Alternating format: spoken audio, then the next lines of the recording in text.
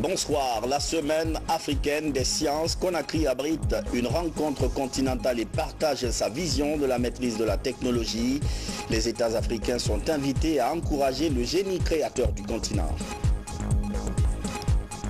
3000 têtes de poule pour renforcer une initiative présidentielle. La nouvelle race est réceptionnée à Kourémalé en provenance de Bamako. La Guinée et le Mali sont dans un programme d'échange d'expériences.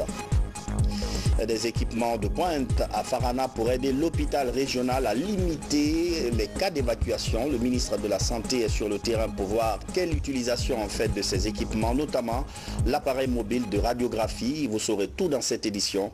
Voilà pour les titres. Madame, Messieurs, bonsoir et merci de nous rejoindre dans cette édition d'information qu'on ouvre avec ce message à départ du président Alpha Condé adressé à son Altesse Cheikh Khalifa bin Zayed Al Nahyan, président des Émirats Arabes Unis. Altesse, à l'heureuse occasion de la célébration du 47e anniversaire de la fête nationale des Émirats Arabes Unis, c'est pour moi un grand honneur et une immense joie de vous adresser au nom du peuple de Guinée, de son gouvernement et à mon nom propre, mes sincères félicitations. Je me réjouis des avancées notoires enregistrées dans divers secteurs de la vie socio-économique et culturelle de votre pays, réalisées sous votre clairvoyante direction. Je voudrais saisir cette opportunité pour vous traduire ma ferme détermination et celle de mon gouvernement à œuvrer avec votre Altesse pour la consolidation des liens d'amitié et de coopération unissant nos deux pays. En vous réitérant mes vœux de bonheur et santé pour votre Altesse, de prospérité pour le peuple des Émirats Arabes Unis, je vous prie d'accepter l'assurance de ma très haute considération. Conakry, le 3 décembre 2018, professeur Alpha Condé. C'est ce lundi la journée que le monde consacre aux personnes vivant hélas avec un handicap physique. L'événement est célébré cette année sous le signe de l'autonomisation de ces personnes. Il est question d'interpeller les décideurs dans la facilitation de l'insertion socio-professionnelle de ces personnes. Nous y reviendrons. C'est parti pour la semaine africaine des sciences. La célébration officielle a lieu ici à Conakry cette année. Elle est célébrée sous le signe de l'innovation. Tous les États sont invités à encourager le génie créateur africain dans le domaine de la technologie. Événement important dont les travaux sont lancés par le Premier ministre chef du gouvernement. Le point avec Francis Collier. Cet événement scientifique est célébré au même moment dans 35 pays africains pour encourager l'orientation des jeunes vers les sciences. En Guinée, le Nest Instinct Forum se joint au département de l'enseignement supérieur de la recherche scientifique pour organiser une vaste campagne sur le rôle de l'innovation dans l'industrialisation. Cette semaine africaine des sciences sera l'occasion de mener des activités dans le but de rapprocher les sciences, la société et les politiques. Pour la première fois, notre pays célébrera donc la Semaine africaine des sciences à l'instar de 34 autres pays africains. Des expositions, mais aussi il y aura des ateliers de codage pour les enfants. L'événement sera mis également à profit pour célébrer la femme en sciences et récompenser des chercheurs et des innovateurs.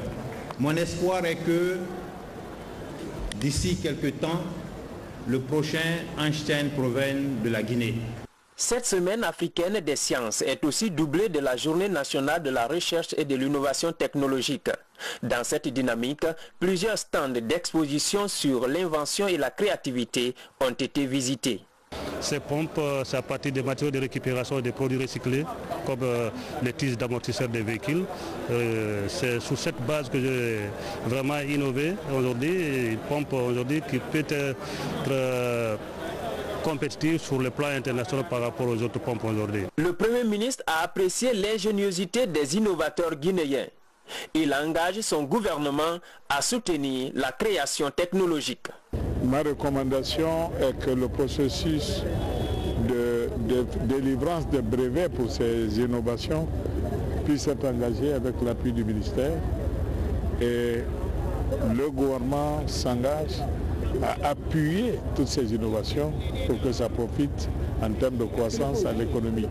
Ça profite en termes de création d'emplois, en termes de création d'opportunités pour les Guinéens.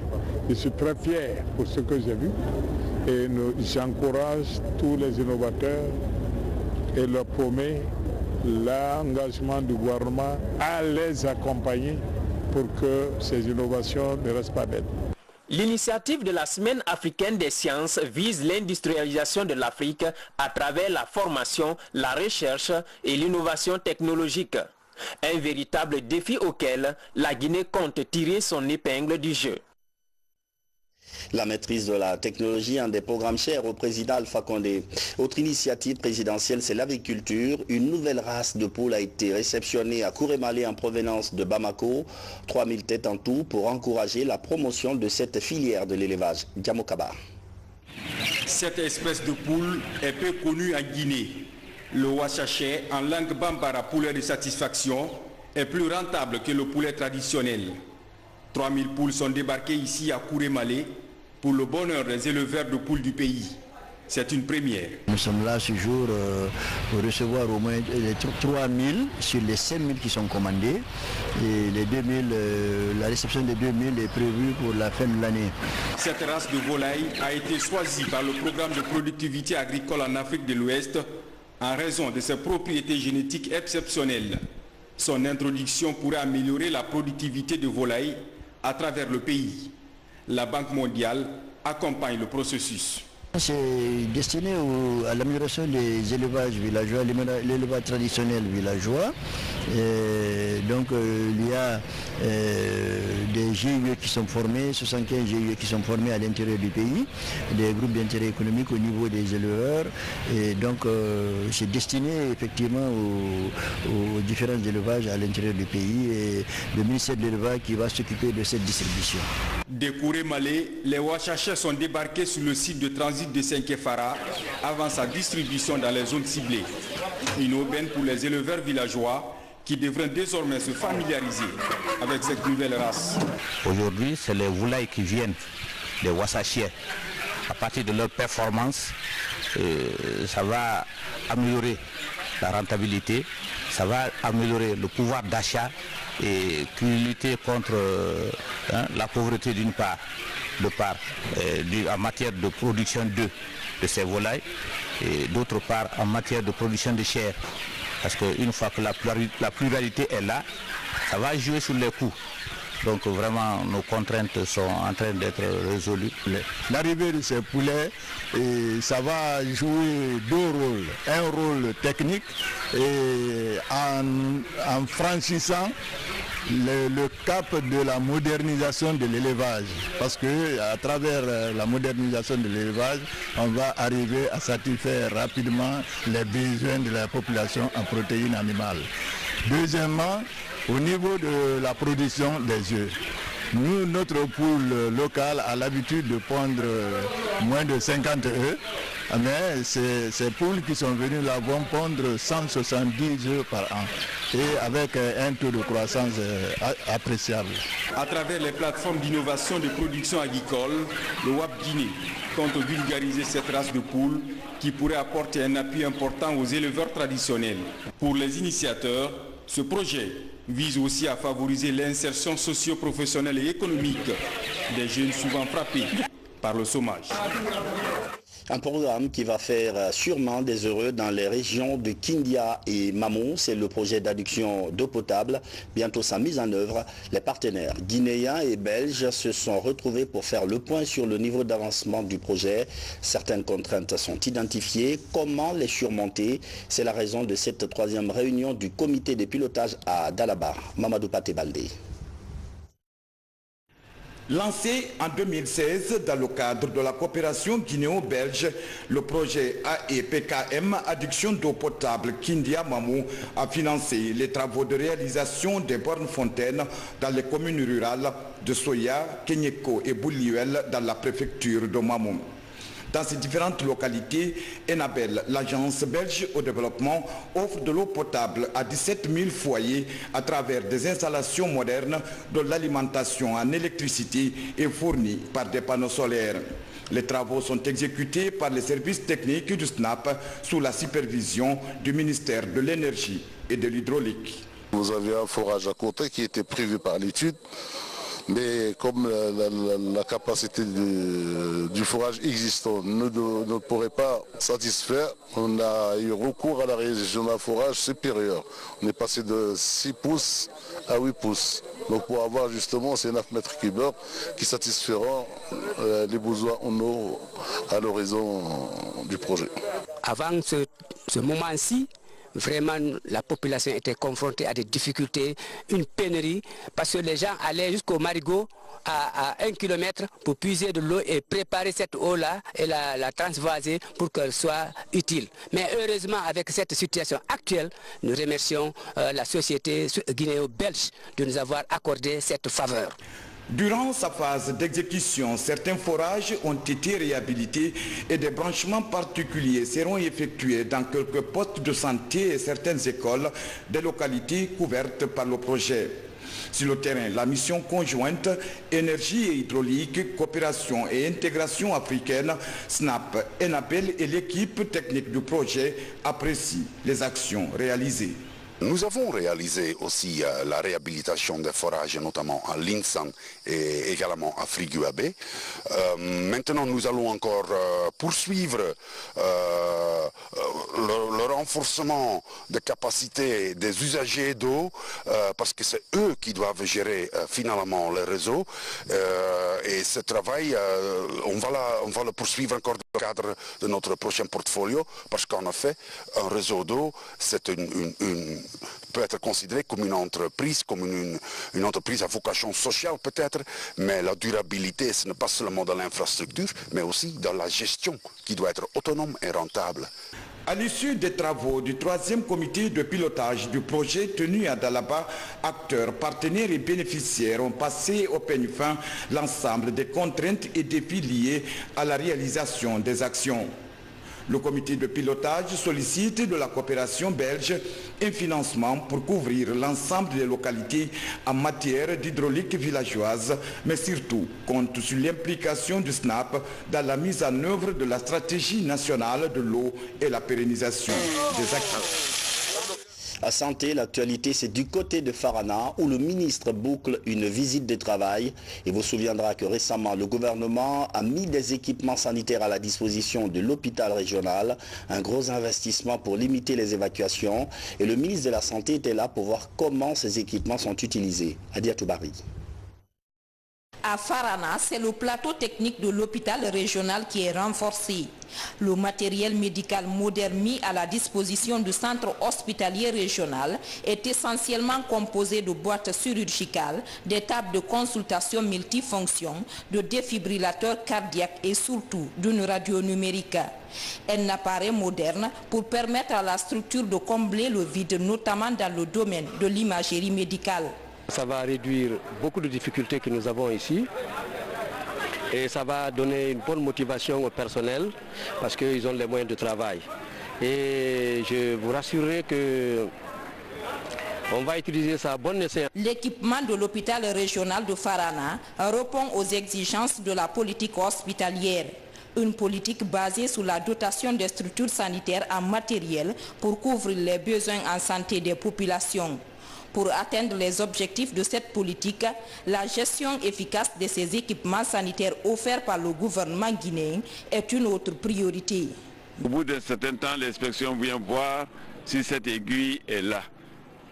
Si elle ne peut plus servir, qu'on nous dise oui, elle est là, elle ne peut plus servir et on change. Ça veut dire qu'il y aura le contrôle, et fréquemment. C'est l'entretien, la bonne utilisation du matériel mis à disposition. Le message dans ce sens est sans embâche. N'importe qui est pris en flagrant délit de ce comportement sera exposé aux sanctions les plus exemplaires. Avec 80 lits d'hospitalisation et 18 médecins, l'hôpital régional de Farana réalise par an 25 000 consultations. En matière de couverture vaccinale, l'établissement sanitaire participe à l'augmentation du taux de couverture de la région à 93%. Ceci grâce à cette chambre froide aménagée pour la conservation des vaccins. Et Depuis ce communiqué du ministère de la Défense nationale, État-major général des armées, dans le cadre de la mise en exécution du plan d'action de l'État-major général des armées, les forces de défense et de sécurité effectueront des actions civilo-militaires à compter du mardi 4 décembre 2018 dans les communes de Ratoma et de Matoto, en soutien aux efforts d'assainissement de la ville de Conakry. À cette occasion, les forces de défense et de sécurité comptent sur l'ensemble des citoyens pour faciliter leur action sur le terrain. Conakry, le 3 décembre 2018, le chef d'état-major général adjoint des armées, général de division, Mohamed De Bangora. À Bofa, c'est toujours la liesse, ce depuis le lancement vendredi du groupe Bel Air Mining qui entre en phase de production. La jeunesse surtout exprime sa reconnaissance au président Alpha Condé, beaucoup d'espoir lié à la création d'emplois et au développement. Valérie Talimani. La localité de Houndinding à Bofa recevait pour la première fois une société minière en 2011. Bel Air Mining découvre dans cette zone un gisement de bauxite à ciel ouvert. Des études environnementales et sociales sont réalisées. La société démarre la construction du projet en février 2017. Pendant ce temps, plusieurs infrastructures sociales de base sont volontairement réalisées pour les populations des zones impactées. Depuis l'installation de Alufer, il y a de cela près de 8 ans, la société est restée toujours fidèle à la population. À chaque fois que nous avons besoin d'aide, la société ne tarde pas à nous venir au secours.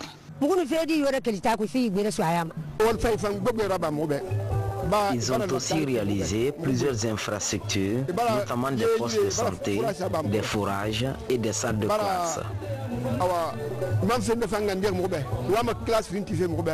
Le projet est dit d'intérêt national par son impact sur le développement du pays, mais surtout sur cette localité. 40 projets communautaires sont réalisés, dont l'assistance à la production des cultures vivrières et du sel. Satisfaits des actions, les citoyens ont plaidé pour l'augmentation de la main-d'œuvre. Une mission commerciale en provenance d'Autriche est en séjour de travail à Conakry. Son objectif, tâter le terrain des opportunités d'investissement et créer, si possible, des relations d'affaires. Première visite en terre africaine de Guinée pour ses nouveaux partenaires. Algassi Mouba. La Guinée enregistre des progrès économiques considérables avec un climat des affaires en constante amélioration. Un potentiel que vient explorer ce groupe d'investisseurs autrichiens. La délégation échange avec le secteur privé guinéen sur les vastes opportunités d'investissement dans le pays. J'espère que nos entreprises qui sont venues dans ce groupe, qui sont de différents secteurs, qui peuvent être porteurs dans votre pays, vu les nécessités que vous avez, on pourrait imaginer qu'il y a des affaires qui se développent. Aujourd'hui, nous enregistrons une dizaine d'entreprises qui sont venues dans le cadre des échanges commerciaux pour voir comment accéder au marché guinéen. Et pour nous, c'est une opportunité pour notre secteur privé d'avoir réellement des nouveaux partenaires, de pouvoir aussi mettre en avant ce qu'elle sait faire afin de nouer cet échange qui pourrait être que fructueux entre les deux parties. Le modèle économique de l'Autriche est basé sur le commerce extérieur, la recherche et le développement de nouvelles technologies. Guinéens et Autrichiens partagent cette vision. Il y a plein d'opportunités, il y a un plan de développement de ce pays, des projets d'infrastructures, développer le secteur énergie, le secteur agriculture, le secteur des infrastructures. Et je crois que l'Autriche a beaucoup à offrir pour participer à le développement de votre pays. Plusieurs réformes ont été adoptées sous l'impulsion de M. le Président de la République, le professeur Alpha Condé, débouchant sur des résultats positifs qui démontrent que la Guinée reste une destination des plus sûres et des plus attractives pour les investisseurs. Auparavant, un cocktail avait mobilisé l'ensemble des acteurs concernés par cette visite de travail des investisseurs autrichiens. L'aviation civile internationale forme ses cadres supérieurs et moyens. Un programme sous-régional est lancé à Conakry et vise à actualiser les connaissances de ces cadres dans l'exercice de leur profession, notamment le contrôle des mouvements des avions. Fodé Camara. Sécuriser l'espace aérien en adaptant les règlements nationaux aux normes et pratiques recommandées. Cet idéal de l'Organisation de l'aviation civile internationale se matérialise par un programme mondial de formation. Là-dessus, les États de l'Afrique de l'Ouest se donnent rendez-vous à Conakry pour participer à la session de renforcement de capacité des cadres supérieurs et intermédiaires de l'aviation civile. C'est un forum qui permet, nous l'avons négocié en son temps, à Niamey au mois de juillet dernier. Personnellement, j'ai demandé à Madame la secrétaire générale Fang Liu, la chinoise, de l'Organisation de l'aviation civile internationale, de nous aider à ce que cette formation ait lieu à Conakry à l'intention des États francophones de l'Afrique de l'Ouest. Dénommé Initiative Aucun pays laissé de côté, ce renforcement de capacité est financé par le Fonds d'assistance technique de la République populaire de Chine. 13 cadres guinéens vont ainsi améliorer leur capacité opérationnelle, à l'instar des autres pays de la sous-région. Mes attentes en tant que principal animateur et formateur pour les cadres des pays qui sont présents, c'est-à-dire le Burkina Faso, la Côte d'Ivoire, le Mali, le Niger, la Guinée, le Togo, c'est de contribuer à ce que ces cadres-là maîtrisent les mécanismes pour se conformer aux normes et aux pratiques recommandées par l'OACI. Cette plateforme a permis de braquer les projecteurs sur la gestion judicieuse de l'espace aérien, sans oublier la planification et la mise en place des réseaux permanents de surveillance. C'est dans cette dynamique que les chefs d'État ont décidé, au cours du sommet de l'Union africaine qui s'est tenu à Abuja en 2012, de porter à 65% ce taux de mise en œuvre effective de sécurité de l'aviation pour tous les États de notre continent. Le gouvernement guinéen, pour sa part, apprécie et encourage vivement cette initiative qui est en droite ligne avec sa politique nationale en matière de renforcement du système de sécurité de l'aviation civile. Pour rehausser le niveau de sûreté, le Code de l'aviation civile de la République de Guinée est promulgué. Autre acquis, la Direction nationale de l'aviation civile est érigée en établissement public à caractère administratif. Et puis cette note par laquelle le bureau exécutif de l'Institution nationale indépendante des droits humains rappelle au commissaire aux droits de l'homme et à l'opinion publique que l'ouverture officielle de la 3e session ordinaire de l'Assemblée plénière de la dite institution aura lieu mercredi 5 décembre à 10 h au Palais du Peuple, salle des actes. Conakry, le 3 décembre 2018, le président Dr Ali Diaby.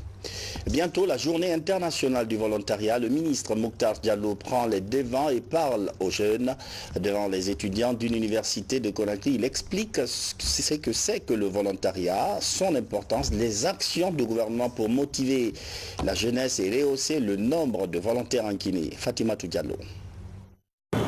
Cette année, l'humanité célèbre les efforts des volontaires pour leur implication locale et la résilience de la communauté face aux catastrophes naturelles, aux tensions économiques et aux chocs politiques. L'événement du 5 décembre 2018 portera sur la manière dont ces volontaires peuvent bâtir des communautés résilientes. D'où cette rencontre entre le ministre de la Jeunesse et ses étudiants. J'espère que beaucoup de nos amis pourront en bénéficier parce que c'est quelque chose qui est vraiment important pour nous et pour la nation. Parce que si on est volontaire et on s'engage dans le développement de la nation, ça aide beaucoup. La célébration de la Journée internationale des volontaires est l'occasion de louer le volontariat pendant les moments difficiles. Les volontaires prennent des risques pour sauver et aider les autres à vivre dans la dignité. Avec les défis actuels de notre monde, tant sur le plan de la sécurité et de la paix, dans le domaine des épidémies, Dans le domaine de la jeunesse aussi, on a une population mondiale qui est très jeune. Le volontariat, c'est un des leviers certains pour atteindre ces défis. Selon l'Agence du volontariat des Nations Unies, chaque année, plus de 6500 personnes se portent volontaires dans le monde, soit plus de 12 chaque jour. Seulement 100 volontaires travaillent en Guinée pour l'Agence nationale du volontariat jeunesse ANVJ.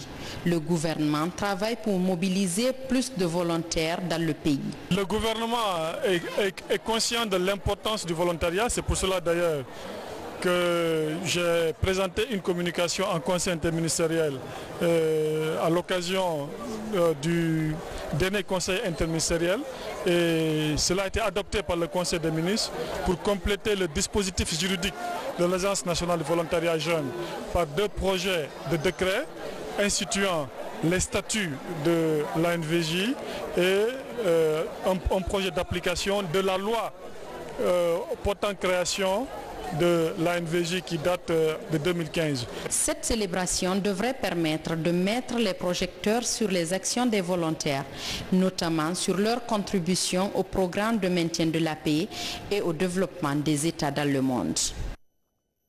Le Conseil des ministres de l'Union du fleuve Mano, les travaux d'Abidjan sont prometteurs.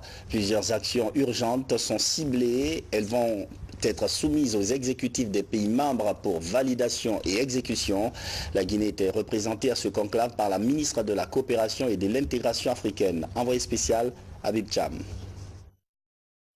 Et comme je demanderai en fin de parcours aussi au secrétaire général... La session ordinaire du Conseil des ministres de l'Union du fleuve Mano, un cadre d'orientation des objectifs d'intégration ambitionnés par les 4 États membres que sont la Sierra Leone, le Libéria, la Côte d'Ivoire et la Guinée.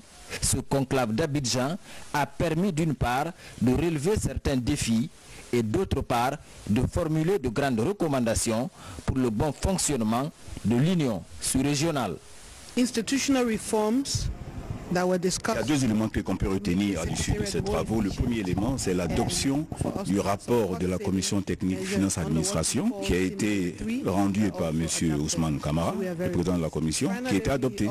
Le dernier point, c'était un peu la construction du nouveau siège de l'Union du fleuve Mano. Vous savez, ça fait 45 ans maintenant que l'Union existe, dont le principe est acquis, mais on verra dans quelle mesure procéder à rendre cela très pratique et effectif.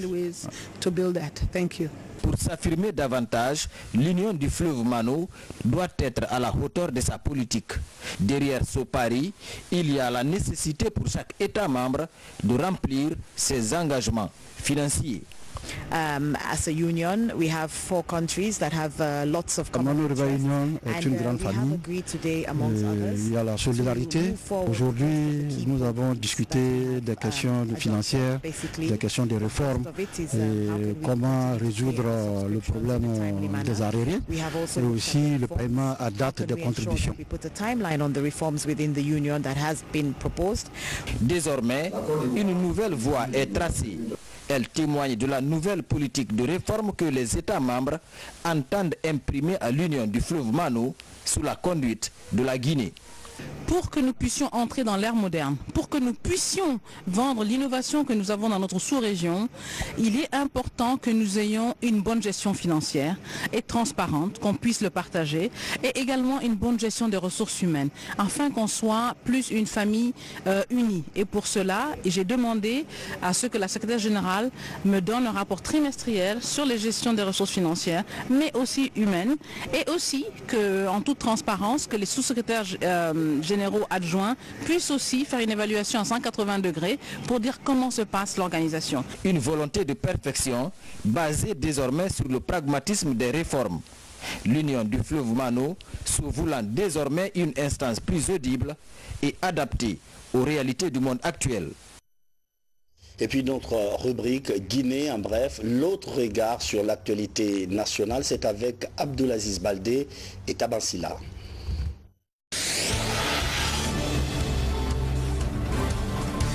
La lutte contre la vente des médicaments contrefaits ou falsifiés devient une priorité du gouvernement guinéen. Après ratification de la Convention Médicrime du Conseil de l'Europe en 2018, l'heure est maintenant à l'opérationnalisation du service dans notre pays. Cette convention est une émanation de la volonté politique de M. le Président de la République, professeur Alpha Condé, qui a bien voulu vraiment ratifier cette convention au nom de la Guinée en vue de protéger la santé de la population guinéenne, également créer vraiment un cadre permettant vraiment aux citoyens guinéens vraiment de jouir de leurs pleins droits. Pour ces jeunes humanitaires, le don de sang est un devoir en faveur du Centre national de transfusion sanguine, CISA-Donka. En prenant d'assaut ce matin le CNTS, l'amicale des anciens étudiants de l'université de Kankan entend secourir les personnes vulnérables.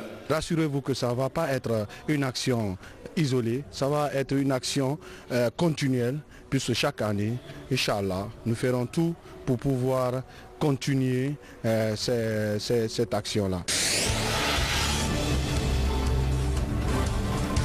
Coordination des organisations non gouvernementales pour la promotion de l'excellence, COP Guinée, procède à la distinction des acteurs de l'administration guinéenne. Cette année, elle a d'abord organisé une semaine de rencontres, d'information et de sensibilisation en faveur de la jeunesse et des femmes. Une façon pour celles-ci de faire leur propre opinion sur ce que font ces acteurs au quotidien. Les distinctions de ce soir honorent ceux qui, dans des fonctions publiques, œuvrent au quotidien pour améliorer la qualité du service public. Les distinctions acteurs publics 2018, c'est aussi la reconnaissance et la médiatisation des réformes positives posées ou entreprises par ces acteurs.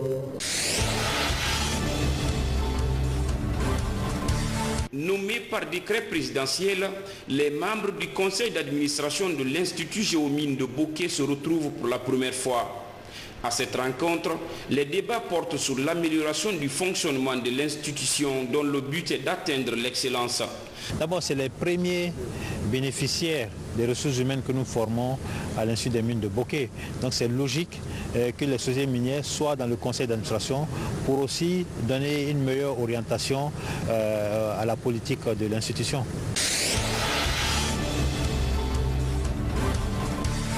C'est un match de fair play qui oppose les personnes porteuses de handicap. Pour elles, le sport est aussi une autre manière de célébrer la journée internationale dédiée à cette couche sociale. L'initiative vise à redonner de l'espoir à ces personnes vulnérables.